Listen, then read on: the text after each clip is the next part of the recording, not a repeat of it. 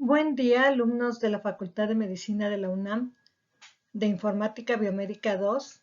Les habla su profesora doctora Leonor Campos Aragón. Les voy a presentar la sesión 1.5 sobre hipótesis diagnósticas y diagnóstico diferencial. El objetivo básico de la sesión es conocer el proceso de razonamiento implicado en el proceso de diagnóstico diferencial.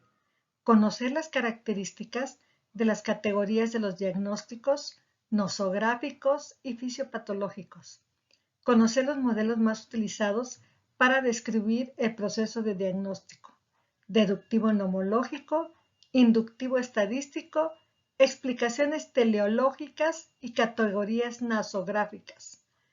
Conocer el fenómeno de especificidad de caso o contexto y su relación con la toma de decisiones en medicina. Competencias asociadas en el tema. Identifica, selecciona, recupera, interpreta de manera crítica y reflexiva los conocimientos provenientes de diversas fuentes de información para el planteamiento de problemas y posibles soluciones.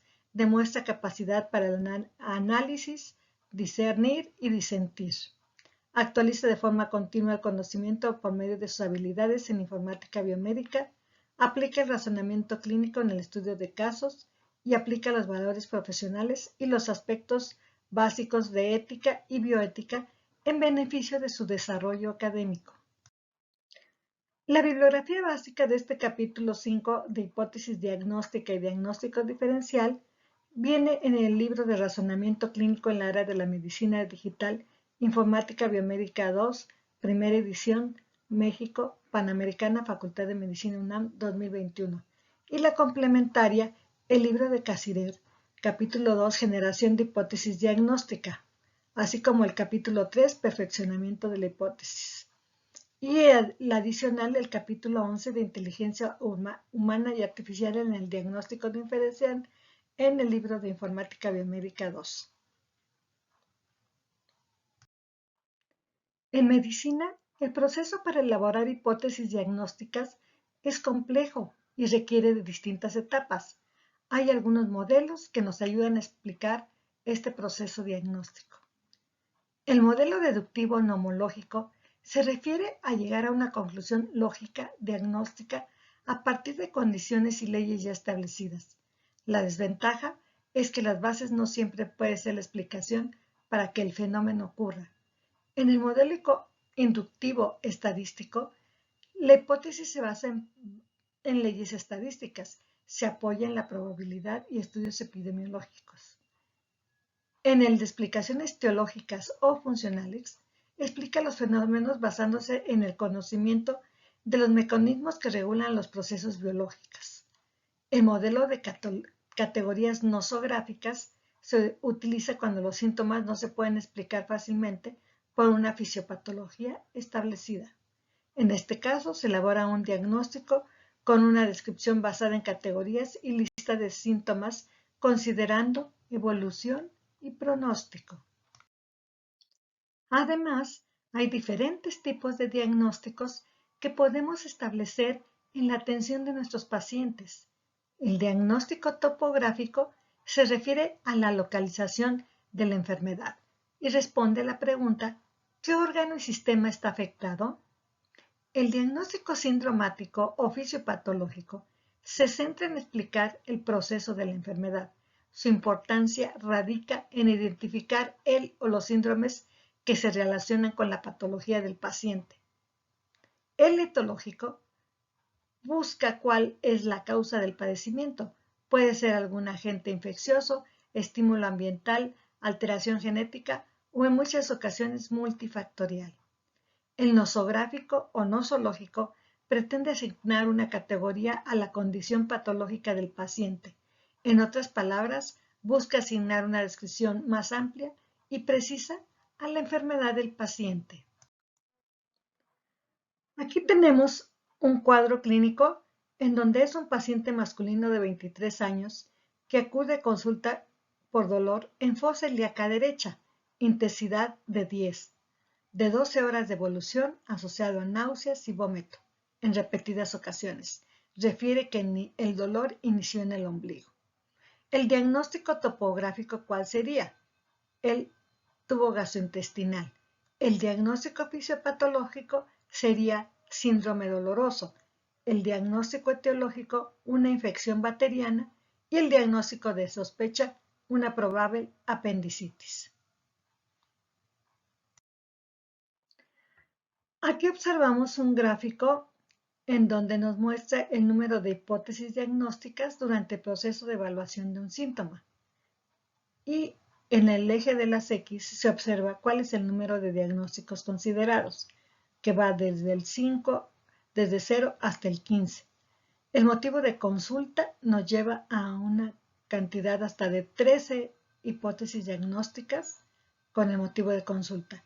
Pero ya cuando realizamos la historia clínica ya nos baja casi 7. Y cuando hacemos el examen físico ya estamos en 2 y quedamos, cuando hacemos los estudios de laboratorio gabinete, nos da una hipótesis. Las hipótesis diagnósticas las generamos de manera temprana, es decir, desde que observamos por primera vez al paciente, podemos obtener algunas conclusiones tentativas. El interrogatorio nos puede orientar más hacia el padecimiento del paciente y más tarde el examen físico será nuestra herramienta en primera instancia para contrastar algunas de esas hipótesis. Los seres humanos tenemos capacidad limitada para considerar simultáneamente múltiples hipótesis. Por lo general manejamos de 5 a 9. Aquí radica la importancia de los sistemas de apoyo a las decisiones clínicas en la enseñanza médica.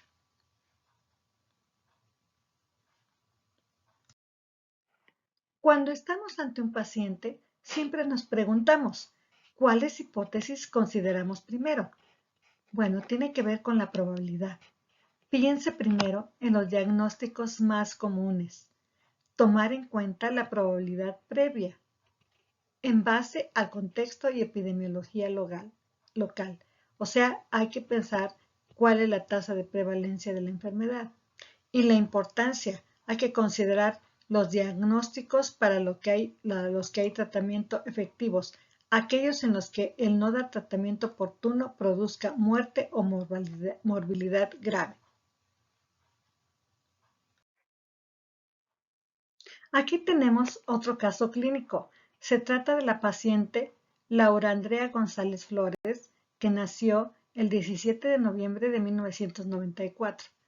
En este caso, tenemos que identificar cuál es el problema por el que viene el paciente. Tenemos que elaborar una lista con diferentes hipótesis diagnósticas, formular otras preguntas que le harías a la paciente para llegar al diagnóstico. Tenemos que identificar los pasos para el proceso diagnóstico y explicar el fenómeno de especificidad de caso y transferencia. Proponer un diagnóstico definitivo. Aquí tenemos los datos clínicos en donde observamos que tiene una frecuencia de 86, frecuencia respiratoria de 13, una temperatura de 36.9, una tensión arterial de 122/76 y se le ve normal. Paciente femenina de la tercera década de la vida que consulta por referir ardor vulvar y flujo vaginal con mal olor. Refiere antecedente de inicio de vida sexual a los 18 años, 4 parejas sexuales. Refiere nueva pareja sexual y actividad sexual 5 veces por semana. También refiere uso de duchas vaginales. Al tacto vaginal se evidencia salida de flujo amarillento grisáceo. Se realiza prueba de olor con Koch y se obtiene olor a pescado. pH vaginal de 5. Se realizó especuloscopía y se toma muestra para realizar frotis en fresco.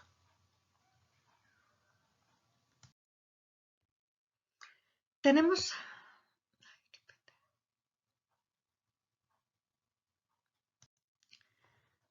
que hacer diversas reflexiones en relación a este caso. ¿Cuál es el motivo de consulta a la paciente? ¿Cuáles son los signos o síntomas que te podrían guiar para elaborar hipótesis diagnóstica? ¿En cuántos diagnósticos podrías pensar al revisar el caso de la paciente? ¿Cómo confirmarías o contrastarías el diagnóstico que sospechas? ¿Cuáles serían los diagnósticos en este caso? Sería de una etiología infecciosa. ¿Y cuáles serían los diagnósticos en este caso? Probable cervicovaginitis secundaria a infección. Como has visto, el proceso para contrastar las hipótesis y corroborarlas no es tan sencillo.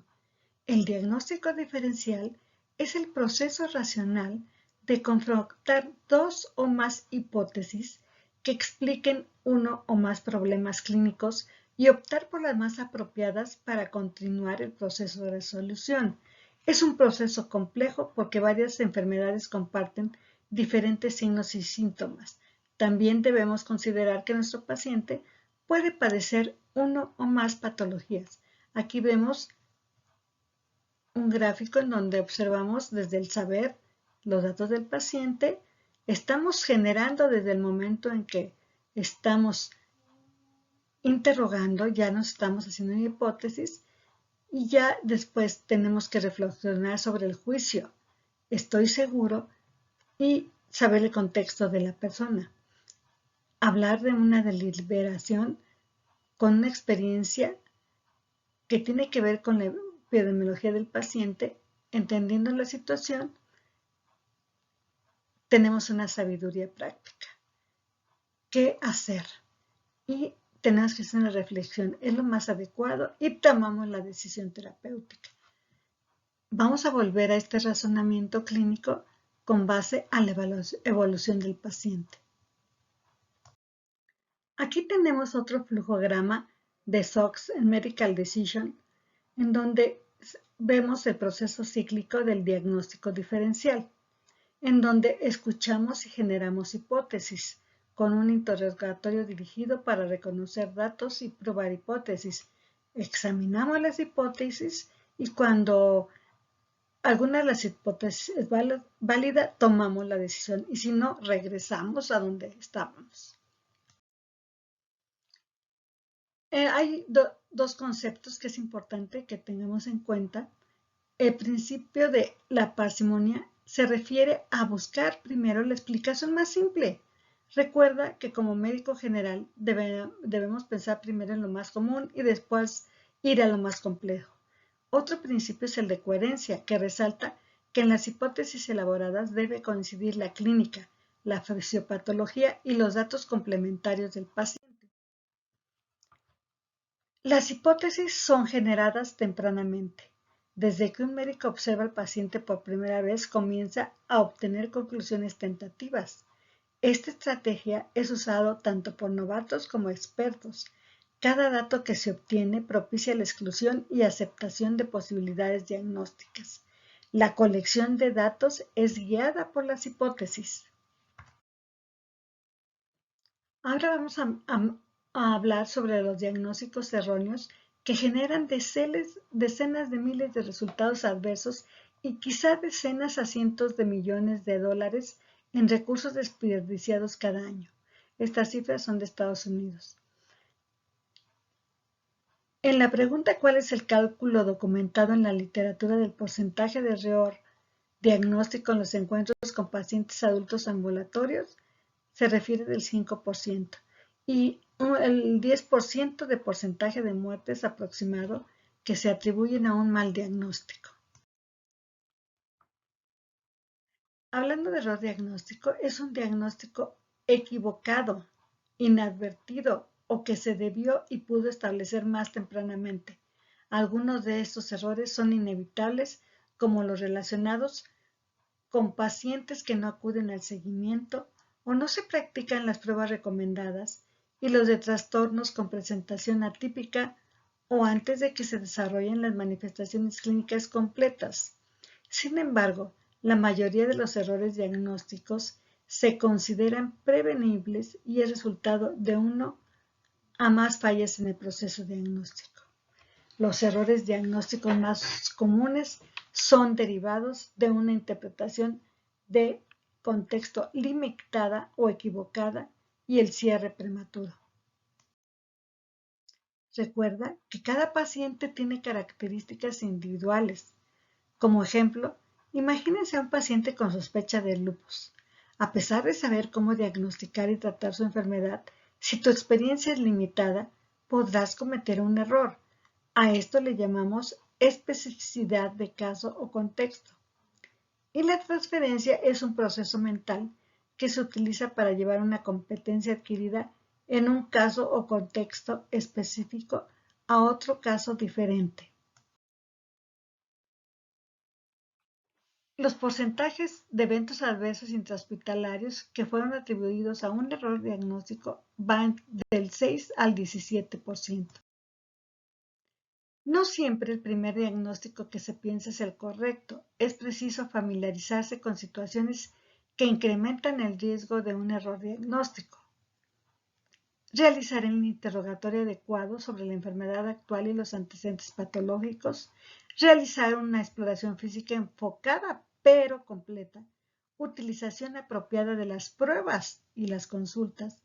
Síntesis de la información y eliminación de las hipótesis alternas. Seguimiento de las pruebas definitivas u observación de la respuesta al tratamiento.